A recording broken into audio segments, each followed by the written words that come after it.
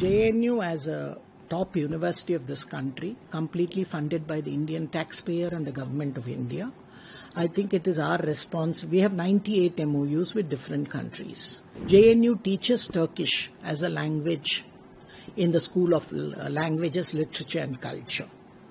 And we have an Indian professor who does it. We should not have any relations with a country that supports terror and that stabs India on the back. It is very important that as in this hour of crisis, the university and the academia and intellectuals have to stand with the Indian armed forces. There is absolutely involvement by Pakistan. There is no doubt about it. India has been the longest victim of terror. And I think what they did that day was barbaric and must be condemned by every civilized country, wherever you come from. No religion preaches this type of religious exclusivist obscurantism. So it has to be condemned. And I'm very happy that we also retaliated with restraint and at our choosing. So I think that is very important. The Operation Sindoor, many people said it is a misogynistic or something. They don't know the Indian civilization. We are a feminist civilization, and Sindoor involves our auspicious civilization dharmic values.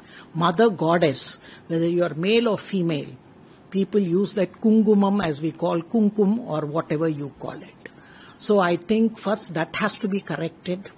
And number two, I congratulate the Indian Army, the Indian scientists, because this is the first time a Prime Minister has shown political will.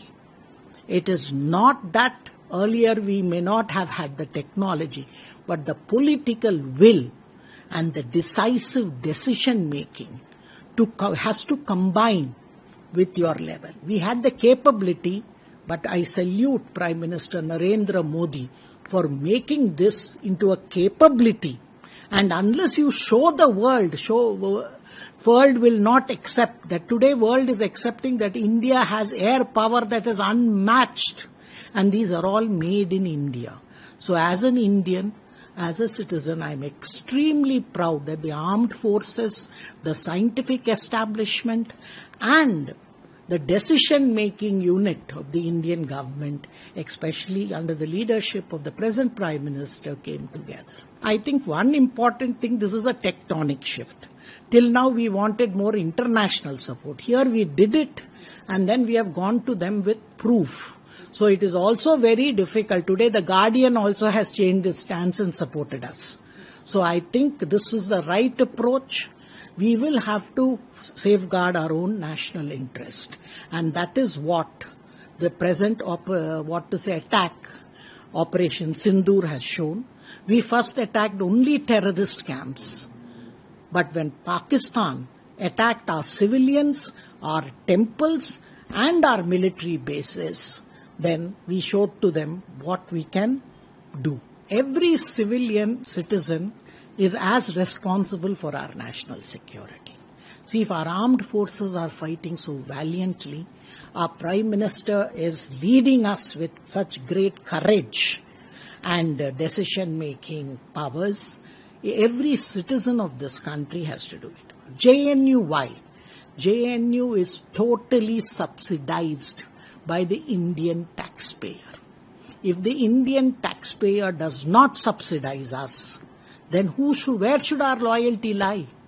To the Indian state. Number two, the present Chief of the Armed Staff and the Naval Staff, I'm proud to say, are JNU alumni. And JNU salutes them. And JNU is always for the nation and for our armed forces. JNU as a top university of this country, completely funded by the Indian taxpayer and the government of India, I think it is our response. We have 98 MoUs with different countries. We have one signed MoU with one university, NOU University, and one in the process. JNU teaches Turkish as a language in the School of Languages, Literature and Culture.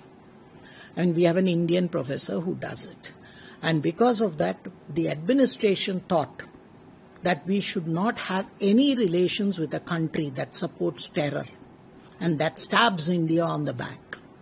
And how can you have a relationship with somebody who's undermining India's national security?